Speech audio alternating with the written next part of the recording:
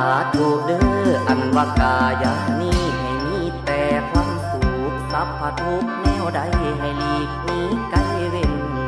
เห็นควงขันพุยไพ่พญาทางยามากาความไว้ให้ไกลทางหางคิงลิงนั่นเด้อเจ้าผู้ลิงเบิ่งน้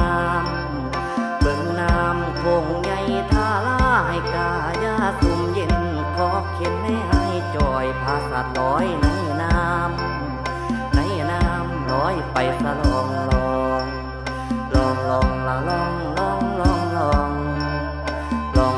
ละลองอย่าได้มีขัดของขาทางวางใดแสงเทียนไต